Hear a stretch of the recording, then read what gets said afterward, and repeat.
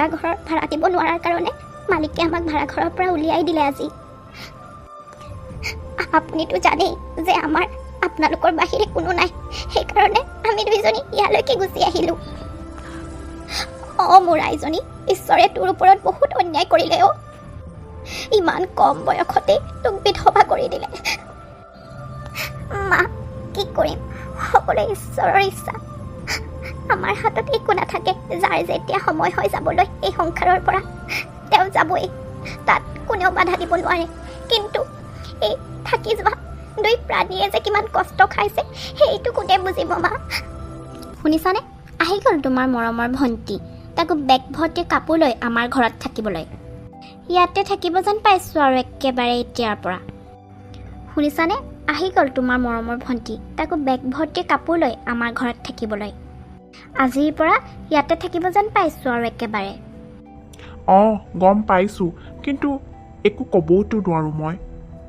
আমাৰ নিজৰে চলিবলৈ ইমান দিগদাৰ হয় গোটেই মাহটো, তাৰ উপৰি আকৌ এই মাক জীয়েকহাল ওলালহি আমাৰ ঘৰত থাকিবলৈ। উফ, মোৰ দেখিয়ে খং উঠিছে বুজিছা।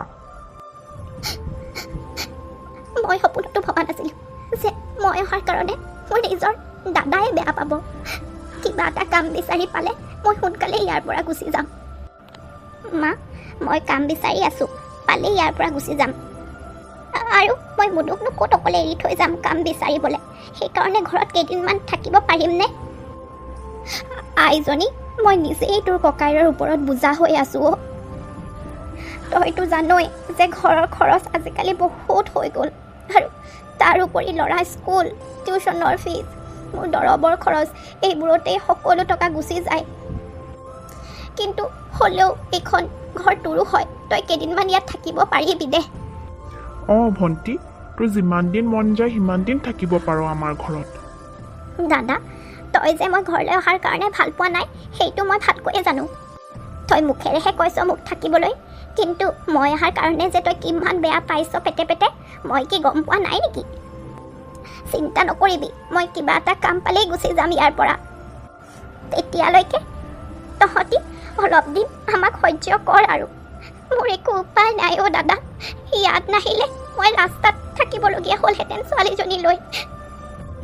অংকিতা, মই বাবলুক স্কুলৰ পৰা আনিবলৈ যাওঁ, তেতিয়ালৈকে তুমি ভাত ৰান্ধি থবা দেই। আৰু শুনাচোন, বাথৰুমত মই কাপোৰ তিয়াই থৈ আহিছোঁ, সেইবোৰো পাৰিলে ধুই দিবা। হ'ব বৌ, মই কৰি থৈ দিম বাৰু সকলো কাম। ঠিক আছে, সকলো কাম আজৰি কৰি থবা, মই যাতে আহি কাম কৰিবলগীয়া নহয়।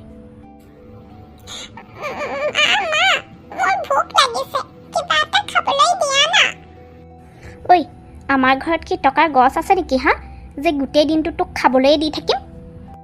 যেতিয়া খোৱাৰ সময় হ'ব খাবলৈ পাই যাবি, বুজিলি? এতিয়া আঁতৰ হ মোৰ চকুৰ আগৰ পৰা।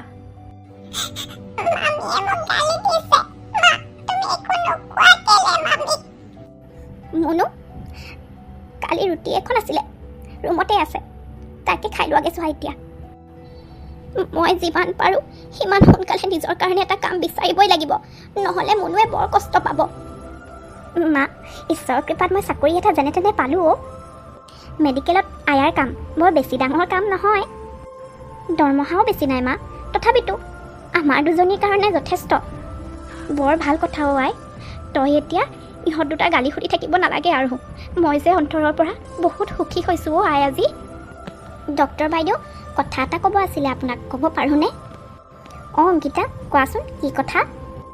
মানে বাইদেউ, মই থাকিব পৰাকৈ মেডিকেলৰ কোৱাৰ্টাৰ এটা পাম নেকি? অলপমান অসুবিধা হৈছিলে। ঠিক আছে, মই চাম বাৰু, যদি কোৱাৰ্টাৰ খালী আছে তোমাক জনাম। ধন্যবাদ বাইদেউ। অংকিতা, শুনাচোন। কিনো বাইদেউ? অংকিতা, মই তোমাক প্ৰায়ে লক্ষ্য কৰোঁ যে তুমি বহুত পৰিশ্ৰমী আৰু প্ৰতিভাশালীও লগতে। তুমি নাৰ্ছিঙৰ কোৰ্চ এটা কৰি নোলোৱা কেলে? তোমাৰ ইনকাম ভাল হ'ব বুজিছা, আৰু তুমিতো 12 পাছ, তথাপিতো তোমাৰ ইনকাম কম। ছোৱালীজনীৰ ভৱিষ্যতৰ কথা ভাবিয়ে তুমি নাৰ্ছিঙৰ কোৰ্চ এটা কৰি লোৱা বুজিছা। মই কেৱল তোমাক পৰামৰ্শহে দিব পাৰিম, বাকী তুমি যি ভাল দেখা কৰা। বাইদেউ, মই চেষ্টা এটা কৰিম বাৰু। ঠিক আছে, মোৰ ডিউটি আছে, মই তোমাৰ লগত পিছত কথা পাতিম, হ'বনে? ডক্টৰনী বাইদেউ, মই নাৰ্ছিঙৰ কোৰ্চ কৰিম বুলি কৈতো দিলোঁ, কিন্তু টকা যোগাৰ ক'ৰ পৰা কৰিম ইমানকৈ? মোৰ ওচৰত এখেতে দিয়া কিছুমান সোণৰ গহনা আছে, তাকে বিক্ৰী কৰি টকা যোগাৰ কৰিব লাগিব। ডক্টৰনী বাইদেৱে ঠিকে কৈছে, মই যদি নাৰ্ছিঙৰ কোৰ্চটো কৰি লওঁ, মুনুক মই এটা ভাল ভৱিষ্যত দিব পাৰিম। হেল্ল', কি হয় নেকি? বৰ ভাল কথা পায়। তই যে এতিয়া আয়াৰ পৰা নাৰ্ছ হলি, মোৰ শুনিয়ে ভাল লাগিছে মনটো জান। সঁচাকৈ ঈশ্বৰে তোক অৱশেষত চকু মেলি চালে, তই এতিয়া মুনুক ভাল এটা জীৱন দিব পাৰিবি। কি ভণ্টি নাৰ্ছ হ'ল? কিন্তু কেনেকৈ? অঁ, আৰু ইমানবোৰ টকা তাই ক'ত পালে মা? তাই নিজৰ লগত থকা সোণৰ গহনাবোৰ বিক্ৰী কৰি টকা গোটালে। বাৰু যি কি নহওক, এতিয়া মুনুৱে ভাল জীৱন এটা উপভোগ কৰিবলৈ পাব। বেচেৰীজনীয়ে এটা সময়ত এটা বিস্কুট খাবলৈও পোৱা নাছিল এইখন ঘৰত। মা, আমাৰ ভুল হৈ গৈছিলে, আমাক ক্ষমা কৰি দিব। অঁ মা, ভণ্টি আৰু মুনুক আমি বহুত বেয়া ব্যৱহাৰ কৰিলোঁ। সঁচাই মই বৰ অহংকাৰী আৰু স্বাৰ্থপৰ হৈ গৈছিলোঁ। অ' মা, চা, তহঁত দুয়োটাই ক্ষমা মোক নহয়, অংকিতাক খোজ, কাৰণ তহঁত দুয়োটাই তাইৰ অন্তৰত বহুত দুখ দিলি। অঁ মা, আমি ভণ্টিৰ ওচৰলৈ গৈ ক্ষমা খুজিম। বন্ধুসকল, আমি আমাৰ বেয়া ব্যৱহাৰৰ কাৰণে খুবেই লজ্জিত। অঁ বন্ধুসকল, মই ককায়েকটো হৈও নিজৰ ভণ্টিক বহুত অপমান কৰিলোঁ এইখন ঘৰত। কিন্তু আজিৰ পৰা আৰু তেনে ভুল কেতিয়াও নকৰোঁ আমি। বন্ধুসকল, আমাৰ কাহিনীটো আজি ইয়াতে সমাপ্ত কৰিছোঁ। আশা কৰোঁ আপোনালোকে চাই ভাল পালে। আৰু আমাৰ চেনেলটো যদি এতিয়ালৈকে আপোনালোকে ছাবস্ক্ৰাইব কৰা নাই, তেনেহ'লে ছাবস্ক্ৰাইব কৰি দিব আৰু লগতে বেল আইকনটো ক্লিক কৰি দিব। ধন্যবাদ।